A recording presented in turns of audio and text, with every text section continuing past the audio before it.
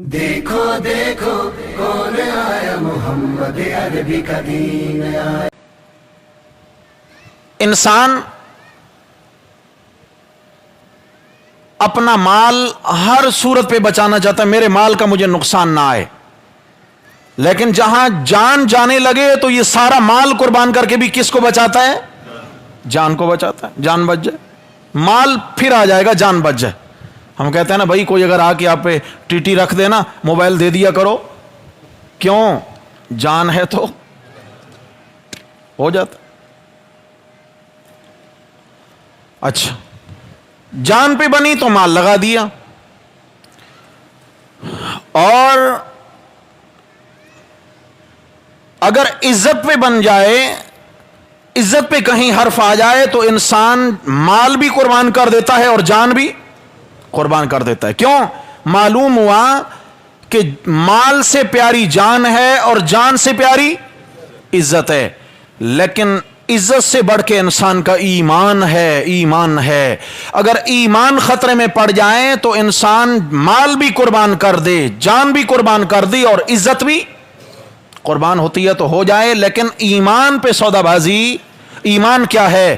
اللہ کے ساتھ وہ مضبوط اور گہرا تعلق ہے جو عابد اور معبود کا تعلق ہے۔ اس لیے عرض کر رہا ہوں کہ دل میں سب سے زیادہ اگر غیرت ہونی چاہیے تو کس کے معاملے میں؟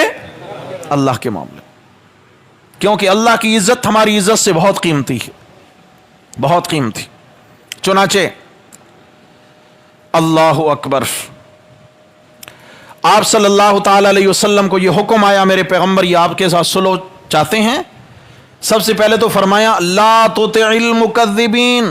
اچھا، ودوا لو تدہن فیدہنون، سورہ قلم میں فرمایا ودوا لو تدہن فیدہنون، یہ چاہتے ہیں کہ آپ نرمی دکھائیں، یہ تو نرم ہو چکے ہیں، یہ آپ سے تمنا لگائے بیٹھے ہیں۔ دہن کہتے ہیں عربی میں تیل لگانا، جب کسی چیز کو تیل لگاتے ہیں تو وہ نرم ہو جاتی ہے، ٹھیک ہے نا جی؟ بالوں میں تیل لگایا، بال نرم ہو گئے، بدن میں تیل لگایا، بدن نرم ہو گیا، سمجھ آ گئی؟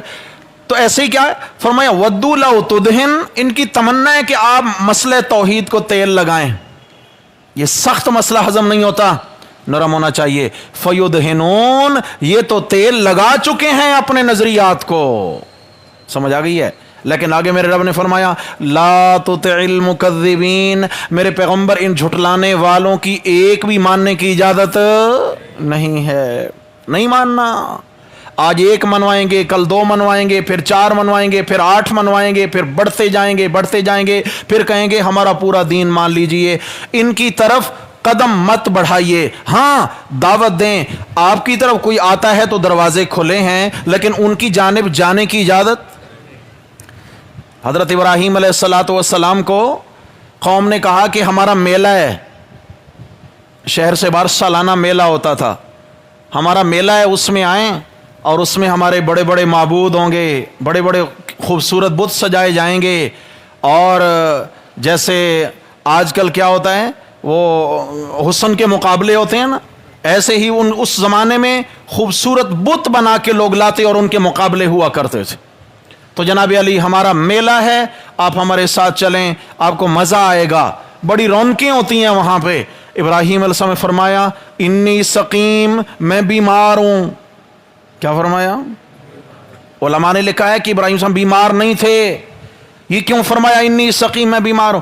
انی مریض نہیں فرمایا، انی سقیم۔ اس کا تعلق انسان کی روح سے ہوتا ہے، جسم سے نہیں ہے۔ سقیم، میں سقیم ہوں، مطلب کہ جو تم وہاں جا کے رسم و رواج کرو گے، بدعات اور شرک کفر کرو گے، اس کو دیکھ کر میری روح کو تکلیف پہنچتی ہے، اس لحاظ سے میں سقیم ہوں۔ انہوں نے سمجھا کہ واقعی کوئی بیمار ہے، سر درد ہے، بخار ہے، کوئی اور مسئلہ ہے، چھوڑ دیا۔ جب وہ وہاں سے چلے گئے تو ابراہیم علیہ السلام نے لیا کلہاڑا شریف، ہے نا، پتہ ہے نا، اور گھس گئے بت خانے میں جو انہوں نے وہاں سجا کے رکھے ہوئے تھے، اور ایک سائیڈ سے جو شروع ہوئے ضرب یضرب ضربن، مارنا شروع کیا، توڑنا شروع کیا، مارتے مارتے مارتے صفائی کر دی، اور جو بڑا گھر گھنٹال تھا اس کے کندھے پہ کلہاڑا رکھ کے دروازہ بند کیا، باہر آ گئے۔ اور قوم کے لوگ جب شام کو واپس آئے، اور ان کی عادت تھی کہ گھر بعد میں جائیں گے، پہلے حضرت جی کے در پہ حاضری ہوگی، ہیں، پہلے غیر اللہ کے آستانوں پہ حاضری ہوگی، وہاں پہ جا کر اپنی جبین ٹیکیں گے، وہاں تعظیم کریں گے، پھر گھروں کو جب آ کے دروازہ کھولا دیکھا تو حشر نشر ہے، یہ کیا ہو گیا؟ تو ایک دوسرے کی طرف دیکھ کر کہتے ہیں من فعل ھذا بآلہتنا، یہ ہمارے معبودوں کا حشر کس نے کیا ہے؟ تو ان میں سے ایک کہنے لگا سمعنا فتى یقال لہ ابراہیم، ہم نے ایک نوجوان کا نام سنا ہوا، اس کو ابراہیم کہتے ہیں، یذکرہم، وہ ان معبودوں کا تذکرہ کرتے رہتے تھے کہ یہ بگڑی بنا نہیں سکتے، کام آ بولو نہیں سکتے، نفع پہنچا نہیں سکتے، نقصان ہٹا، یذکرہم، ان کے تذکرے کرتے ہم نے ابراہیم کو سنا ہے۔ وہی ہو سکتا ہے، اور تو یہاں کوئی اتنی غیرت والا بندہ ایک ابراہیم ہی ہے۔ بلاؤ جی، بلایا گیا، مجمع جمع ہے، ابراہیم اسلام سے پوچھا اَأَنْتَ فَعَلْتَ هَذَا بِآلِهَتِنَا یا ابراہیم، ابراہیم یہ تو نے ہمارے خداؤں کا حشر کیا ہے؟ انداز دیکھیں، بِآلِهَتِنَا، یہ تو نے ہمارے خداؤں بیچاروں کا حشر کر دیا، کیا بگاڑا تھا ان غریبوں نے آپ کا؟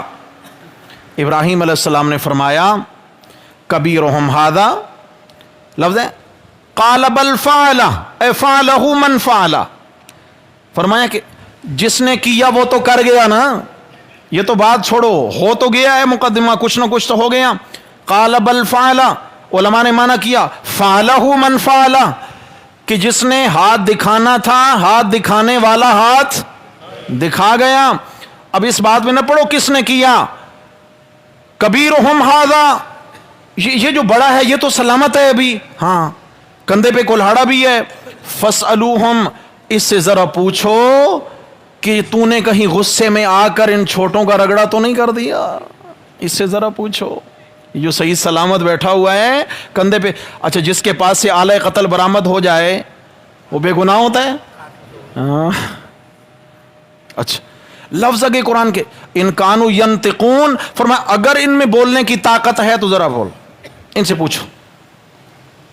اب جناب علی سب نے سر جھکا لیے، کہنے لے ابراہیم تو جانتا تو ہے کہ یہ بولتے، فرمایا جیسے بولتے نہیں ویسے تمہاری بگڑی بنا سکتے بھی، جو اپنا آپ نہیں بچا سکتے وہ کسی اور کے کام آ نہیں سکتے۔ اللہ کے اولیاء برگزیدہ ہیں، قابل احترام ہیں، رحمہ اللہ ہیں، اللہ کی رحمتیں ہیں ان پر، لیکن مجھے ایک بات کا جواب دیں، اگر کسی ولی اللہ کے یتیم بچے اس کی قبر پہ آ کر رو رہے ہوں، اپنے یتیموں کے سر پہ شفقت کا ہاتھ رکھ سکتے ہیں؟ بولتے نہیں ہیں جی، جب اتنی طاقت نہیں ہے اپنے روتے ہوئے یتیموں کو چپ کرا دیں، ان کے آنسو پوچھ لیں، ذرا بھی ان کو تسلی کے دو بول دیں، اگر اتنا نہیں کر سکتے تو کیا خیال ہے ہمیں اولاد دے سکتے ہیں، کاروبار میں برکت دے سکتے ہیں، عزت دے سکتے ہیں، رہائی دے سکتے ہیں؟ ہاں اللہ تعالی ہدایت نصیب فرمائے۔